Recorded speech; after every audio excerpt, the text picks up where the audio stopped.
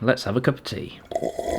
Good morning and welcome to another video. So 3 years after starting my YouTube channel, I've finally been sent something for free. Now, it costs £35. I've actually really wanted one for a really long time, which is why when Top Don sent me an email saying that, you know, we've got this product if you want to try it out, I was like, oh my God, I was looking at buying one of those for Christmas, but I'm way too cheap to buy one for myself, so please send me one for free. So thank you very much to Top Don for sending me this Autel AL319 scanner.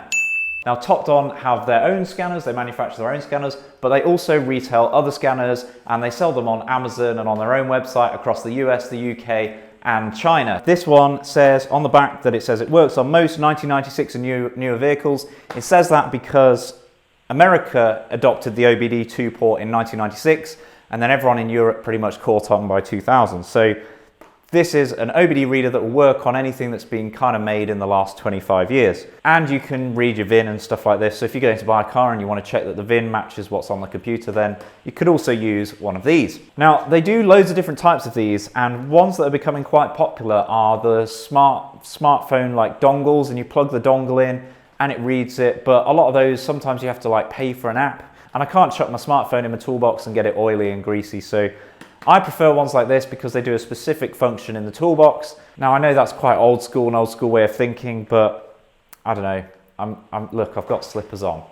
So look, I'm a bit of a granddad. Look, I've got slippers. So. Okay, so I'm in the car now. I've got this camera set up that you're looking at me through now, and this one here as well on the right-hand side so that you can see what I'm doing with the OBD reader. Let's start by plugging this dongle in. I've always been fascinated with diagnostics. A good diagnostics engineer can save you a lot of money. So hopefully you can see that on the screen now. Cable's a bit short, could do with a longer cable. Obviously with the Bluetooth versions of these, you don't have that problem. So that is one upside that I didn't really think about or mention earlier, that yeah, a Bluetooth version of this, you're going to be able to sit back in your seat comfortably if you sat in here for half an hour, 45 minutes trying to diagnose something. The screen is nice. So you have a TFT color screen here, and it's got the 4 menus on it. So it's got your OBD stuff, your ready test, your setup and your about. I'm guessing the setup is for this product. The about is going to be about this product, ready test, that submissions, and then you've got your main stuff, OBD2 and EOBD, which I'm guessing means electronic OBD. If I get anything wrong, because I'm not, you know, an oracle of diagnostics, let me know down below in the comments if you spot something or you see something that I don't. Let's just dive into it. Let's chat. Waiting for vehicle to respond. Should we try and turn the key on, see what it does? Okay, so there we go. It's, that went quite quickly. So what happened there is it read the vehicle for code. So when your car's got a problem, I'm sure you know, it throws up a code, it throws up an engine warning light or something like that. And it stores that code so that you or someone else can read it and see what code was wrong. So say you had, I don't know, diesels, always EGRs go on them. So this is a 2-litre diesel. It's probably had an EGR fault in its time. I think it has had an EGR fault. So that would have been an engine management light on, and it would tell you that the EGR is broken, and there's a code for that. I think off memory it's like P10403 or something, and that's an EGR system error. So that just scanned this car to see if it's got any stored codes in it. And what it's showing me now is that there's a little green tick. It's quite nice. You have this little menu, green tick, amber triangle, big red stop thing, and I'm guessing what happens is green tick is good, amber is bad, and stop is really bad. So live data, I'm guessing that is going to read live codes. So let's PID is literally just a code that is constantly monitored. That's what I was trying to explain earlier. I think that's how I understand it anyway. ECT in degrees C, that's got to be at engine coolant temperature at 50. So if I start the car now, yeah, so you see all these PID values are now going to be saying stuff. So that should sit at about 90, but I'm pretty sure this car right now has a thermostat that is stuck open. So the actual coolant temperature of the engine is not really getting to where it should be. So it's exactly what happened on my Mazda, and it's basically being stuck open, which is allowing the coolant to pass through all the time, which means the fan's cooling it all the time. It's getting passed through the radiator all the time, and it's not getting up to operating temperature, which is quite annoying. MAP is your map sensor. That's manifold absolute pressure in kilopascals. No one uses kilopascals anyway because it's a stupid unit of measure, and everyone uses like PSI and bar because kilopascals are, like I say, stupid and they give you stupid values. If you measure tire pressures in kilopascals, it would give you some crazy stupid number. So there you go, the map sensor is reading, and as I'm pressing the throttle, it's increasing in pressure ever so slightly. Now what I'd love to do is go and drive this and see what the actual pressures are as you're driving it. That would be really cool. RPM, that's pretty self-explanatory, revolutions per minute, and as I rev it, you can see it going up. Is it correlating to what's on the dash? Yes, it is correlating. That's pretty cool. VSS in kilometers an hour, so I'm guessing that's vehicle speed. IAT, that's intake air temperature. So when you see online people saying, oh, I've got a cold air intake, and they have an open cone filter inside their engine bay, that is not a cold air intake. This car has its standard intake, which is a cold air intake, and that's where it's secluded, takes air from the front of the car, and you can see the intake air temperature is 15 degrees, even though the relative temperature outside is only 8.5 degrees. So that shows you that the engine bay is warmer by, you know, what, 7 degrees? Something like that, which that's kind of cool to see. I didn't know this was going to read intake air temperatures, but that's really cool. On a hot day, that would be a lot higher. Mass sensor, so that's your mass airflow sensor, and it looks like it's measuring that in grams per second. So if I press on the throttle, this should go up. There you go, so your MAF reading's going up as well. That's really cool. This is really cool, actually. I thought it would be just like a basic code reader, but it actually has quite a lot. Okay, so obviously the Golf is one thing. Having checked that, there's no problems, that's fine, that's great. But I do kind of try and want to find a problem, but I am a bit worried. I don't think any of the cars in this house have any problems because I look after them. So yeah, let's try my girlfriend's car, and then we'll move on to the Mercedes. Don't think there's any faults on this car, but the first struggle was trying to find the OBD port.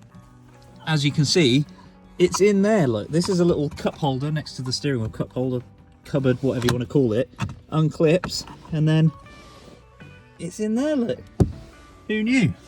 Okay, so now we've just got to turn the key on and get the test going. So this is a standard test. I'm determined to find a problem somewhere.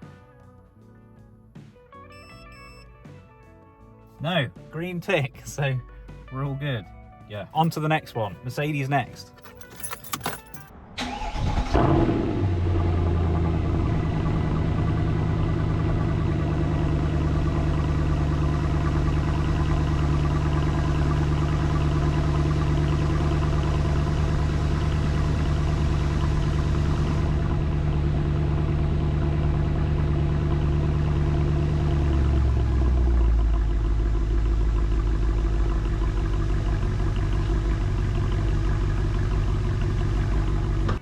Okay, so as you can see, I'm in the big boy car now, and this OBD port actually has a cover. You see it dangling there? So you have to unclip a cover to stop, I don't know, like dirt going in or something. But now I'm going to plug my dongle in and see what she says. So here we have the reader. I'm going to turn this on. I'm going to scan for some codes. See what we've got. Hopefully, nothing. Which is exactly what we've got. Great. Now let's go for some live data and start this bad boy up.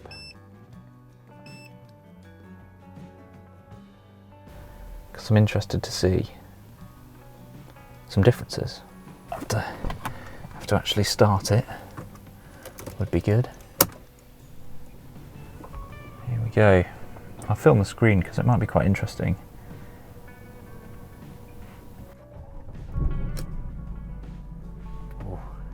Ooh. This car is kind of scary when it starts up. I always worry about my neighbours, which I never realised I would worry about until I got it, and then I start it, and then I'm always like, I'm sorry, because it's quite loud. I think there's a quiet start mode that you can do. I've just never bothered to look at how to do it. Anyway, throttle position sensor, 22%, that'll be at idle. There are different values on here for this big petrol engine compared to a moderately sized diesel. So O2 sensor, cool. I could look at this stuff for hours. So that's interesting. So it says warm-ups 255, which is exactly what it said on the Golf. So for some reason I don't believe that. So yeah, 255 is not obviously true. You kind of know all this stuff anyway, we've literally just been through it, but I'm kind of, in a way, I'm happy that we've not got any codes, but at the same time, I apologise that all my cars are in such good condition because it doesn't make a very good video. So I guess that's it for me on this one. I'm actually really impressed with the reader. So yeah, make sure you click the link down below if you want to have a look at where they sell it. And I would say it's a worthwhile investment, because if you take your car to a garage, to read a DTC is like 80 quid, whereas you could read as many DTCs as you wanted in as many cars as you wanted for 35. So if you're interested in home mechanics, interested in DIY, working on your car, I would definitely recommend getting one of these. As well, it might even be worth it if you're looking at buying one. I've been to buy cars with one of these in my pocket. They really don't like it because some of the cars that you look at might have codes. But yeah, thank you very much for watching. I hope you found this interesting on some level, because I found it really interesting to film and play about with the software. It's kind of a software nerd out and a diagnostics nerd out. Right, I need to go and get some fuel because I haven't got any.